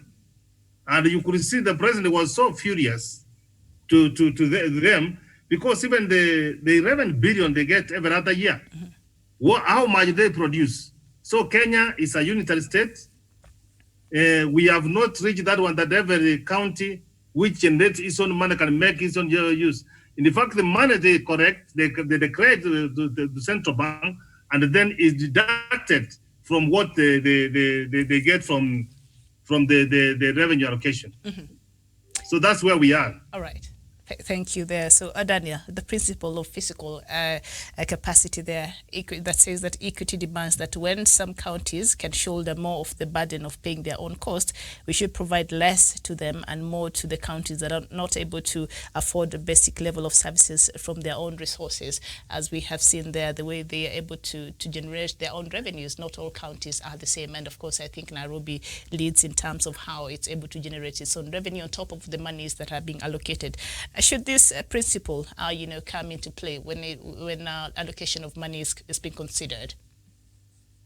Yeah, I think it's a good principle, and it ensures that money, whatsoever, goes to the best possible or available use. And I think this is the point that we've been insisting on this program, that let the money target those counties that are much in need of this money. There's no need of having money in Turkana, billions of shillings, just staying in the accounts with no plan or any budgeted purpose for the money, when in Nairobi we still have a few hospital beds, we still have lack of medicine in our hospitals. So I think that one will ensure that every citizen receives an equitable share of the national cake without any bias. And of course, Miriam, since this debate ensued, I've been of the opinion that this formula that we have right now, the proposed 1 man, 1 shilling formula, is the best formula that we could ever have as a country. Because, when you go to vote as an individual because you are voting for your own rights. You want to benefit from the national cake. So there is no justice for someone who is voting in a county like Kiambu, and which will receive the same money as someone who is voting in Turkana. You do not commit any crime by being a voter in this county. In that, when you divide this money at an individual level, you are getting less money than someone who is in Turkana. So that is the question that we are raising. Let us give equality to every Kenyan. Let us make every Kenyan feel that they are benefiting optimally from this revenue allocation. And I think that is the best formula. That is the best method, the system that we can use to allocate our revenue without having those extra expenditures and wastages. All right, thank you so much. Samson, if you were listening, the same question there. Thank you, Miriam. Musa said something very important. He said that development is progressive. You cannot achieve a replica of Thika Superhighway in Kisumu in 1 day or in a fortnight. It is something that is progressive. So my only advice to the governor or the county governors, let them be progressive in terms of their capital projects. A lot of money is being voted into the recurrent expenditure. And in fact, with this, I really ask the government, the national government, to review its rules. You know, there is a clear sharing formula. There is that money that goes to the national government, and that which goes to the county government. The percentage is known, but then the law is very silent on when it comes to the county government. It is not very clear on what amount of money that should be going to the recurrent expenditure, which should be going to the development expenditure. So it gives them a leeway to spend the better part of the allocation on their own recurrent expenditure. There was a time when, for example, a county government of Siaya spent well over 15 million on tea, on the governor's tea. So the law is not very clear on what they should be voting on the recurrent expenditure and what they should be voting on the development expenditure. Another thing I want to say, the question about the contentious question about the resource allocation is going to pass in Parliament. It has the blessing of the President, the blessing of the former Prime Minister. But I know there are counties that are complaining, like the county where my good prof is coming from. This is my advice to the prof. Prof, you have considerable influence on the ground. kindly sensitize wananchi, let them put the governors to account so that the current amount of money that they are getting, are they really using them to the benefit of the wananchi or to the detriment of wananchi? With that, we won't hear people crying, money getting back to the exchequer. Wananchi has no water, health facilities are not there. With that, I think we shall really achieve whatever the devolution was intended to achieve. Thank you. Thank you so much. And as we conclude, I think there's something that has come up in this conversation today, and started from what our guest there, his name, I forgot, Musa, said there earlier. And he said it's not that these counties need more money. What is lacking there is accountability. What is rampant there is corruption and misappropriation of the public, the existing allocation that these counties are provided for. And that is something that we see across board, all our counties, the 47 of them. So now, my question is, as we conclude, and perhaps all of you will attempt to answer this question, corruption, how can we enhance accountability in our counties?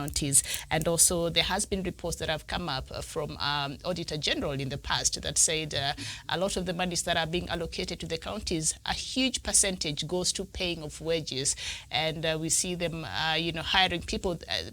Titles that are not even required, people that double responsibilities, and they're having all these people that they have that they have hired in the counties that are not really necessary. So we've seen a lot of the bigger percentage going to paying wages, and very little money going to actually developmental programs there. So with that in mind, how can we enhance accountability, and how can we ensure that these monies that are meant to go to development, actually they're able to allocate more so that they're able to meet some of these needs that actually they can meet there on the ground? So we'll start with you. I'll just pick on you from where you left there, Danny, Samson, and then Danny will also answer that question, and then we'll go to Prof. So just conclude for us with that. Yes. Mine is to I appeal to the government, to the national government, to come up with a law that will clearly state amount to the development expenditure, and the one that will be devoted to the recurrent expenditure. With this, we won't be having a lot of money lying. It should be a 50, like for example, it should be shared 50-50, 50 development, 50 recurrent. With that, we won't be having a lot of money lying, like the case that we were witnessing in Siaya and Northeastern. With that, we won't be, to a certain extent, corruption will be minimized. Thank you. Thank you so much, Daniel. How can we enhance accountability and fight corruption in the counties? Daniel, are you there? Okay, I don't think we have, I don't know where he's gone. But Professor, the same question. Miriam, the keyword of this is rule of law and good governance. Democracy and respect of human rights, and implementing Chapter 6 of our Constitution on leadership and integrity. We have got enough laws to fight corruption in this country, to bring accountability in this country. It is simply because people don't want to do the right things. But do me one more favor. Send for me 3 governors, 3, Waruka style way, and you will see people fearing for the respecting the money for the 1 inch of their respective counties. Do you remember when Governor Obado was put in? He was scared because the law was not when this governor for Samburu was in, and he was told never to step in office. When Waititu was charged and he was told never to step the office, the governor for Nairobi, although he's making noise, running around making noise and trying to do this one, the law has caught up with him and is making. So it should be tightened more. Those who have been found embezzled the money belonging to the public, send 3 of them, and you will see all the money for the people of this country will be respected. But now it is because the judiciary, the wheel of justice is grinding very slowly. They can steal, they can put the bond, they go again to steal, they go again to make noise. But I want to see that the judiciary speed up in hearing corruption cases. Within a maximum of 6 months, they have been dispensed with that bill, which before they dispensed. With that one, if people know action is going to be taken the way it has been taken the Waruke way, people these days are fearful because all that they have stolen, if we catch them, we will go for their wealth. That's the way forward. Thank you so much. And of course, the Constitution in Article 217, Sub-Article 1 requires a revision to the way we share revenues across the 47 counties every 5 years. So what is being done right now is not out of order, just so you know. So, Doctor, end it for us. Corruption. How can we fight it in the counties, and how can we enhance accountability on the same, and how public money is being used by our governors and in the counties?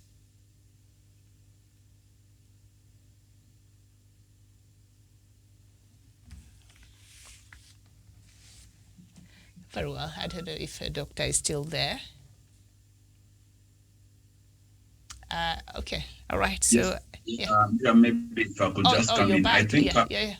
Go ahead. Yes, I think Professor Jared Onyari has auspiciously put it out, and also Alomba. What we need in the counties are stringent measures. We need to set a precedence where the county chiefs will be held accountable to any funds lost in their respective counties. And we have to make the repercussions of corruption in the counties quite brutal and punitive, in that it will be better imagined to commit a financial crime than to do the actual act. So we need to tighten our rules. We need to come up with laws that will ensure that money which is allocated to development is duly applied in those respective projects. And the money that is supposed to go to the recurrent expenditure is taken as such. And in no particular case shall we have money being misappropriated or maybe allocated to functions that it was not intended to. That is the only way we can move forward and make sure that we do have transparency, we have accountability, and we have a very fluid or rather transparent working relations between the national government and the county authorities. All right. Thank you so much. Now, the Senate, for the 5th time on Thursday, that was last week, failed to adopt the third basis formula for sharing revenue among counties during a special sitting as financial operations in the counties take a hit. The formula was developed by the Commission on Revenue Allocation. As I said there, they do that every 5 years, and to forward it to the Senate for consideration last year. Now, the implication of the third formula is that a number of counties that have been receiving a high allocation because of the huge landmass and high poverty indices will receive less this year. And of course, the Senate is the principal decision maker in this case. So that's why it is being debated today, and perhaps a decision will be reached today in the Senate. I don't know if Doctor is back there. If not, then we can end the show. Doctor, are you back? I'm back. Very, very disturbing news coming from Kampala. Dr. Kizza Besigye has been surrounded at the party headquarters. They have surrounded it with heavily armed commandos. And it is the one serious issue going on right now. I'm not surprised at all. So I don't know why other political parties, all of them in Uganda,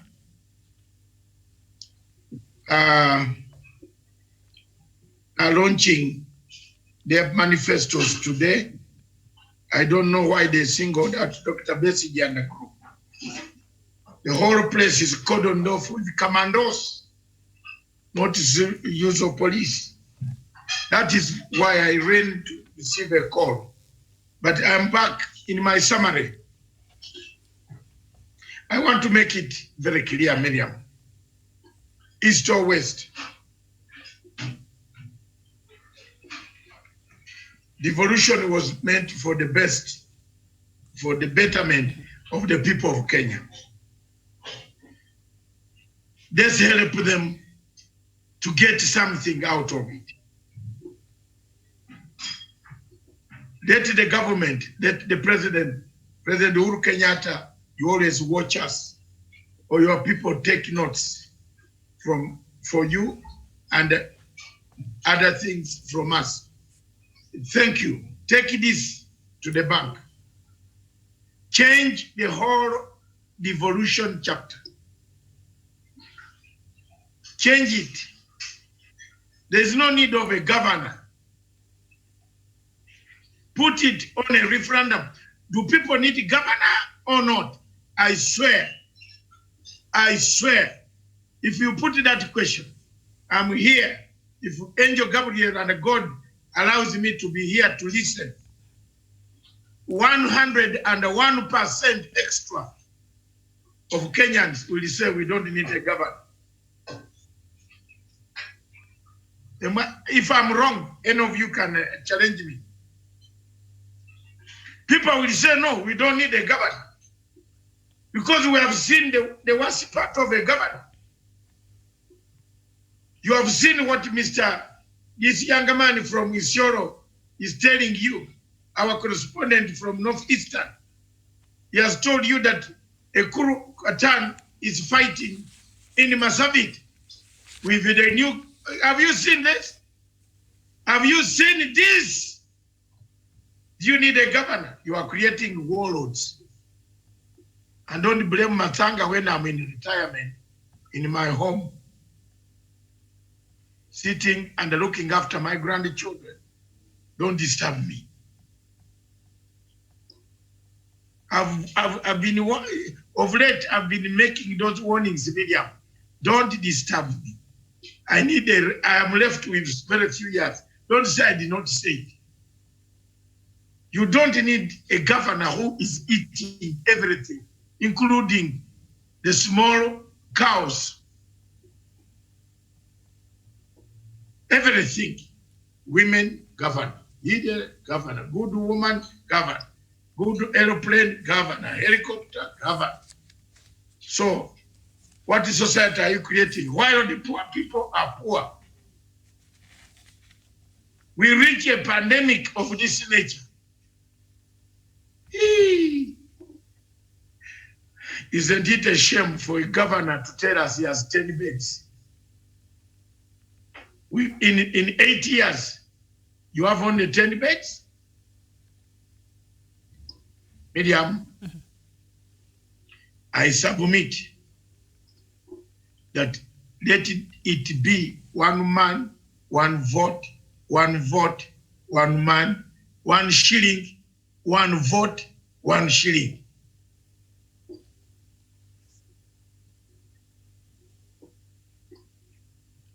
All right. The airport in Isiolo, because I've been mistaking thinking the airport is in Wajir. It is in Isiolo, isn't it? All of you should have corrected me long time ago.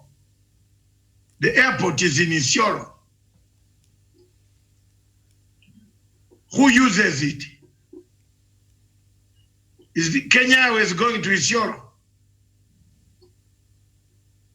Why don't we improve Kisumu Airport with bigger runways for the Boeing 778 to land, to create more employment? That Ugandans, instead of flying to Entebbe Airport, will fly into Kisumu Airport. And the lovely wives come and pick them on this side, also increase tourism, also increase hotel, also increase trade. They buy goods as they go back. And they see the beauty of Busia, Kisumu, Bungoma, and other areas. That is how Germany has developed.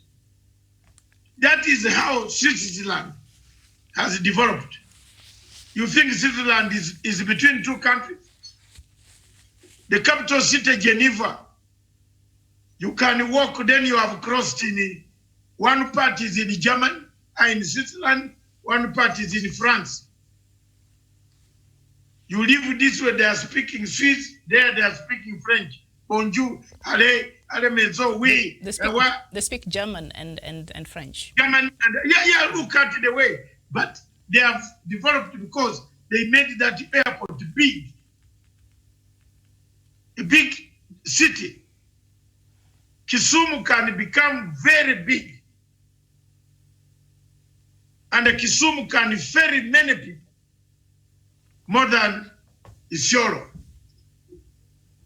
where you have taken millions and millions. The only thing we use Isiolo airport is to catch terrorists from wherever they are flying first. Land there, we check you before you land here. That's very good. How many planes go to Mombasa or to Somalia? They have to land in Isiolo, check them first, cooling period before it takes off.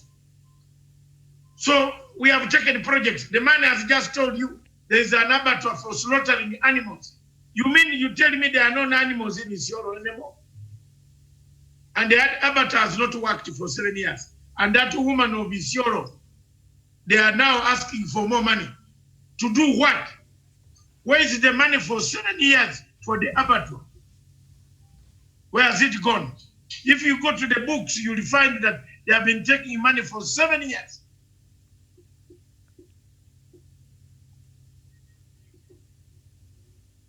For me, I submit. And I want to thank the president of what he did yesterday. In fact, freeze it. It saves our money, the drink. Because when you go to these restaurants, you have hunger zone. Wanakukula sana. So now we shall preserve our little money inside and use it for our school fees. You remember, the children are coming up in January. So save your money. But meanwhile, COVID, we seem to be having some results coming out in the United States. Miriam, thank you very much. Thank you very much, the panel, Professor Onyari. Thank you very much, Daniel.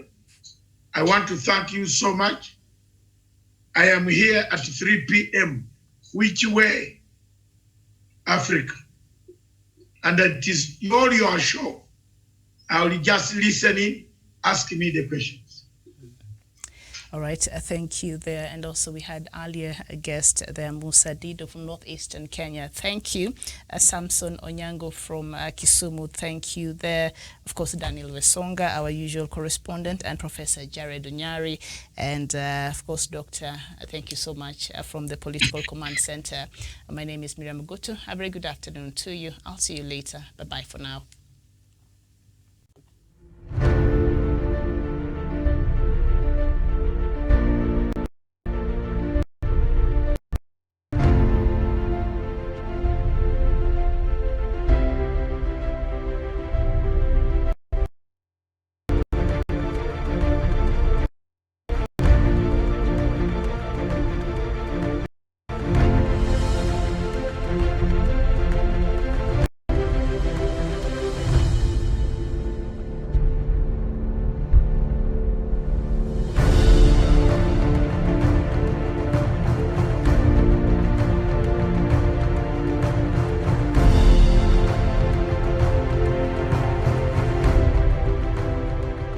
Peace must be our goal and our guide. And all that we strive for as a human family, dignity and hope, progress and prosperity, depends on peace. But peace depends on us.